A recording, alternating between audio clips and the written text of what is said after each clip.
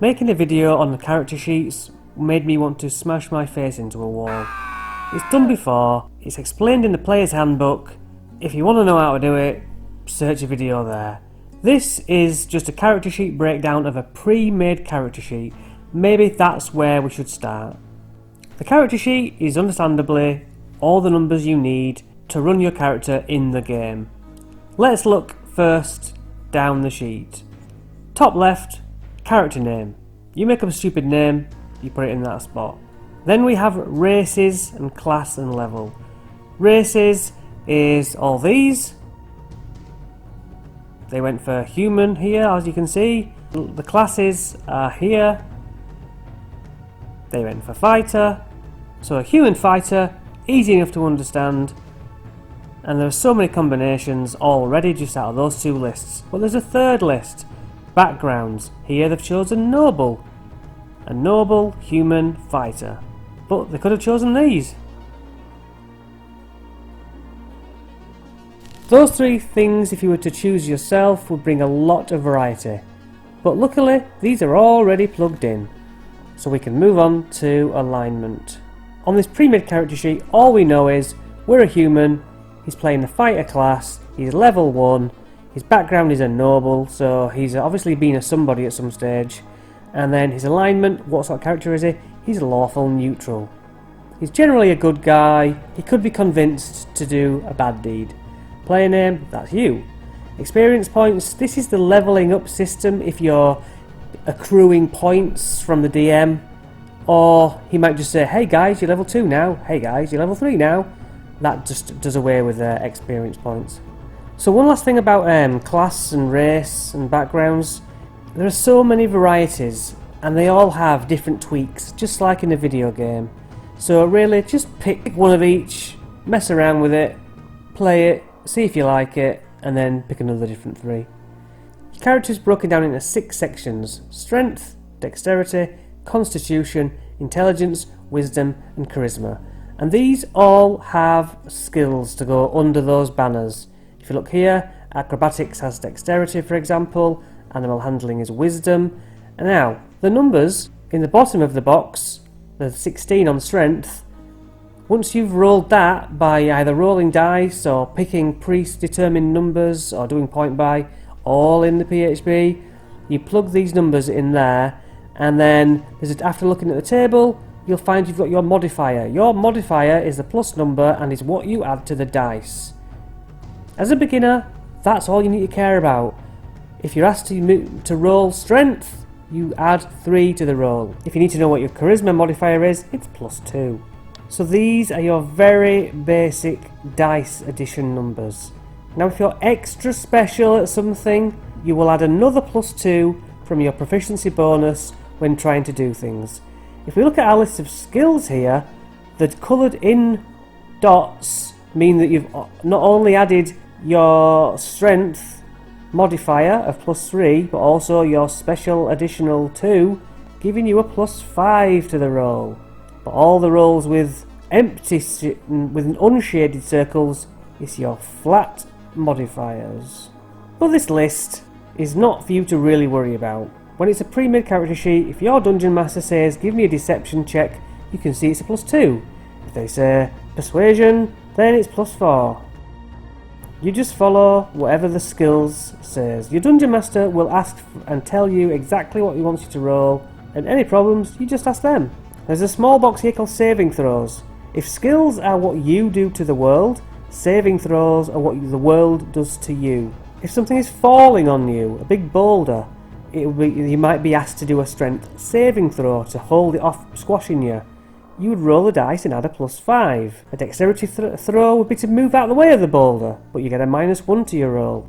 And the saving throws and the skills are quite a lot of the bulk of most of your time playing the game. But of course, if you're going to be in combat, your armour class shows how hard you are to hit. The enemies will have to roll a 17 in order to hit you on the dice, or more. Initiative. When you're in combat, you're in a queue, and the minus 1, which is the same as your dexterity modifier, will show you what order you are in that queue. Speed, obviously how far you can move in your turn. Hit points are determined by your hit dice. At first level, this character, this fighter, has a 1d10, a 10-sided dice. Your hit points are your hit dice plus your constitution modifier. So 10 plus 2 means 12 hit points at level 1. Your hit dice is also the amount of health that you can roll in a short rest. If your character's taking a long rest, you get the full amount back.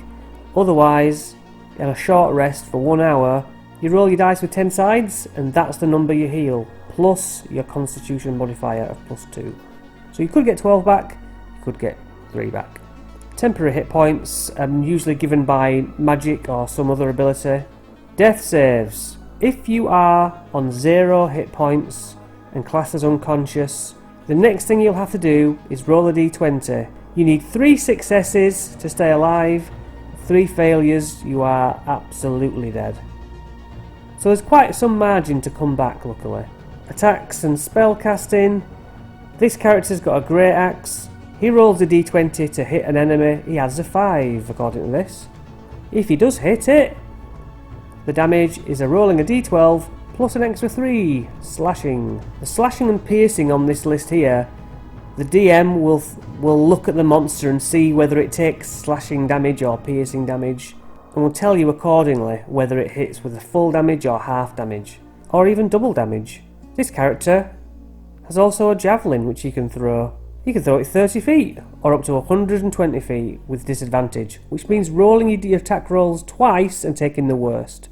Down the bottom it says other proficiencies and languages, so that's languages you speak, here Common, Draconic and Dwarvish, and proficiencies, where you can add your extra plus 2 proficiency bonus as we discussed earlier. All armour, shields, simple weapons, martial weapons, playing cards. Those are the things you particularly are especially good at. Equipment list. Not enough room on these character sheets, you'll always need an extra piece of paper.